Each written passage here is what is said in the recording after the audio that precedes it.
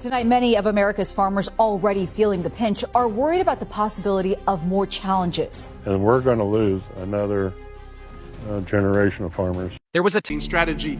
How are you in charge of negotiation if the president is tweeting? To the Department of Agriculture, more than 40% of the country's farm workers are undocumented. We would be in big trouble if we lost workforce. Farmers are making a cry for help before it's too late.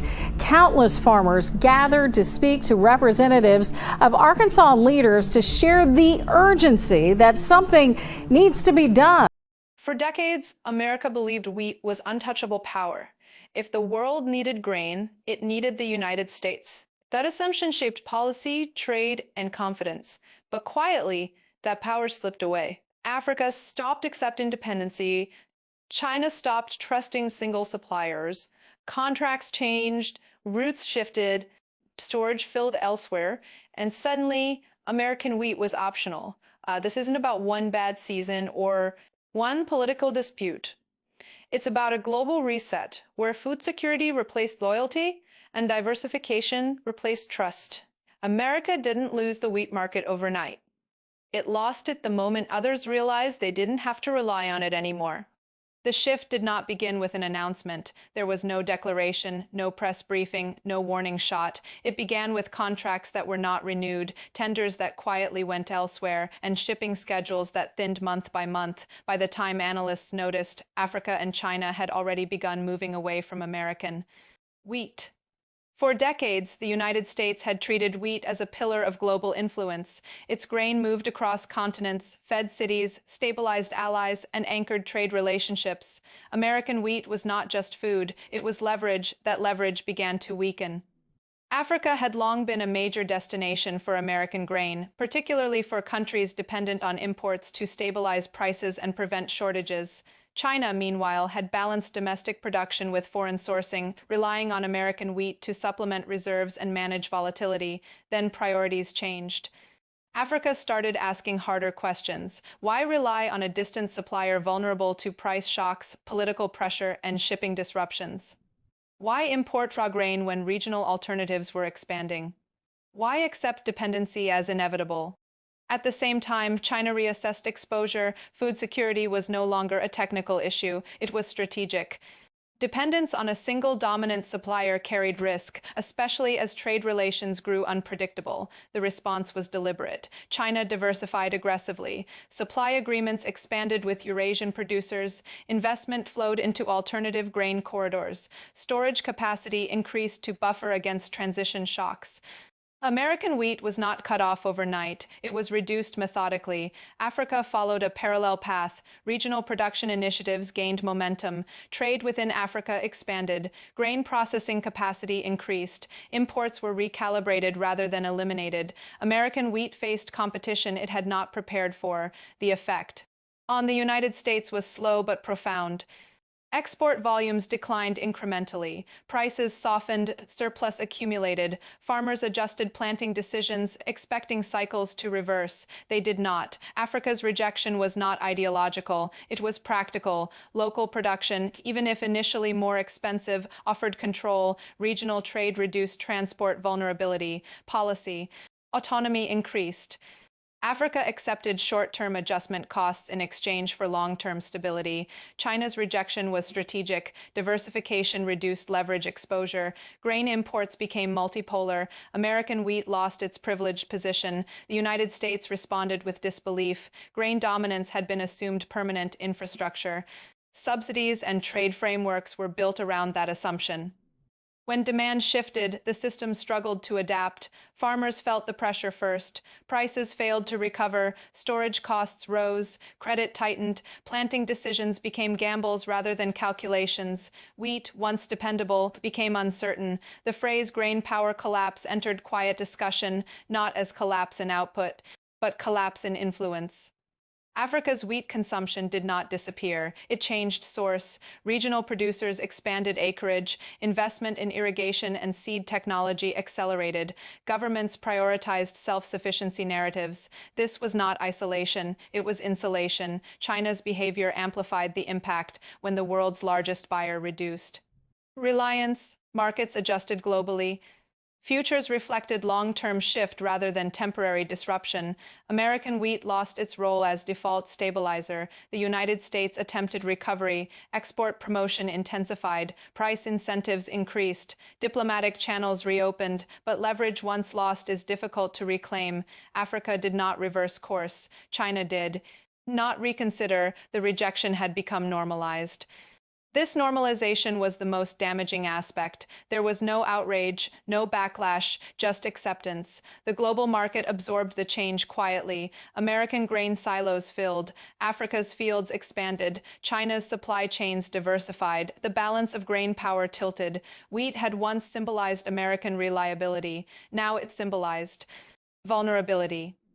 Overcapacity without guaranteed demand is not strength, it is exposure. Africa's decision reshaped internal politics. Food policy gained prominence. Investment followed agriculture rather than extraction. Rural economies stabilized incrementally. Dependency narratives weakened. China integrated grain diversification into broader strategy. Food security aligned with industrial policy, trade leverage diminished, resilience increased. The United States faced an uncomfortable truth. Grain power depended not only on production, but on trust, predictability, and alignment. As those eroded, output alone could not preserve dominance. Farmers waited for rebound. It did not come.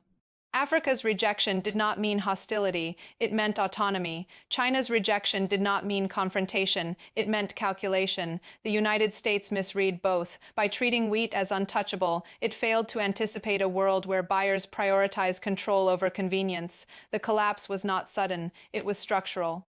And once structural shifts take hold, recovery requires reinvention, not reaction. American wheat still moved, but it no longer ruled. Africa had learned to choose. China had learned to diversify. The United States was learning, late, that grain power is only power as long as others agree to depend on it. That agreement had quietly ended, and with it, an era. As the shift settled into permanence, the consequences for the United States grew harder to ignore. What had first appeared as a temporary loss of market share revealed itself as a deeper structural realignment. Wheat exports were no longer the stabilizing force they once were, and the systems built around them began to strain. In the United States, policy responses lagged behind reality. Subsidies softened immediate pain but distorted signals. Farmers were encouraged to keep planting despite shrinking demand. Surpluses mounted, storage infrastructure stretched. What once represented strength now represented inertia. Africa, by contrast, treated the transition as an opportunity. Regional wheat initiatives accelerated. Countries that had once imported heavily invested in local varieties adapted to climate conditions. Research partnerships expanded. Irrigation projects prioritized grains previously deemed uncompetitive. The result was uneven but meaningful progress. Africa did not eliminate imports entirely. It reduced vulnerability. That distinction mattered. Dependence declined without risking shortages. Policy flexibility increased. Grain imports diversified across multiple corridors. Domestic reserves expanded. Logistics investments improved internal distribution. Wheat became one element within a broader food security matrix rather than a single point of reliance. This recalibration reshaped global pricing. With American wheat no longer the default, markets fragmented, regional pricing gained relevance, long-term contracts replaced spot reliance, volatility decreased for buyers but increased for exporters dependent on scale. The United States absorbed the volatility, rural communities felt the pressure, farm incomes stagnated, equipment purchases slowed, credit conditions tightened. Younger generations reconsidered agricultural careers. The collapse of grain power manifested socially before it appeared in statistics. Africa experienced the opposite trajectory. Rural investment improved incomes modestly. Storage capacity reduced post-harvest loss. Processing added value locally. Wheat became part of broader food sovereignty strategies. The psychological shift was as important as the economic one. Africa no longer viewed grain imports as inevitable. Choice replaced resignation. That shift altered negotiation dynamics across all food commodities. China observed Africa's progress with interest, shared priorities around stability and autonomy aligned trade discussions, emphasized reliability over volume. Wheat trade became less politicized and more technical. The United States struggled to adapt its posture. Diplomatic engagement assumed leverage that no longer existed. Appeals to reliability rang hollow in a world where diversification had already reduced risk. Re-entry attempts faced skepticism. Africa had invested in alternatives. China had diversified supply. Reversing course offered limited benefit. The American grain system faced a reckoning. Overcapacity demanded restructuring. Crop diversification gained urgency. Export dependency appeared increasingly risky. Infrastructure, expertise, and financing were deeply tied to wheat. Shifting required time, capital, and political will. Africa benefited from having fewer legacy constraints. Agricultural transformation, while challenging, faced less institutional resistance. New systems emerged alongside old ones rather than replacing them outright. China's scale allowed parallel strategies. Imports, reserves, and domestic production operated simultaneously. No single component carried existential risk. The United States lacked that flexibility. Decades of dominance had produced specialization without resilience. When demand shifted, adaptation lagged, global narratives began to change. Wheat was no longer synonymous with American power. It became a cautionary example of assumed permanence. Africa's rejection was cited in policy circles as evidence of growing agency. China's diversification was cited as strategic foresight. The United States became a case study in delayed adjustment. This did not mean decline across the board. American agriculture remained productive, innovation persisted, but influence had narrowed. Power became conditional. Grain no longer opened doors automatically. Africa engaged from a position of balance. China negotiated from a position of insulation. The United States negotiated from a position of recalibration. Over time, a new equilibrium formed. American wheat retained a role, but not dominance.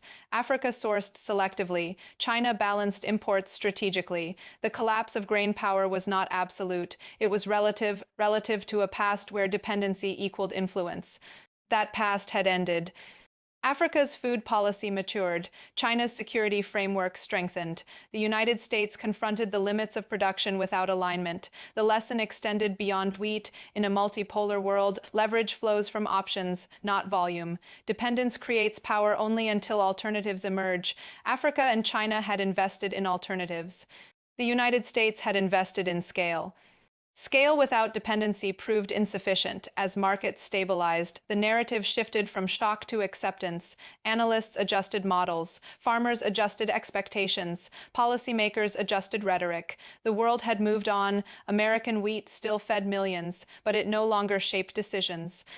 Africa chose autonomy. China chose insulation. The United States learned that influence must be maintained, not inherited. The grain era defined by unilateral dominance closed quietly, not with collapse, with recalibration. And in that recalibration, Africa and China gained space to maneuver, while the United States faced the long task of reinventing how power is sustained when others no longer need what you once controlled.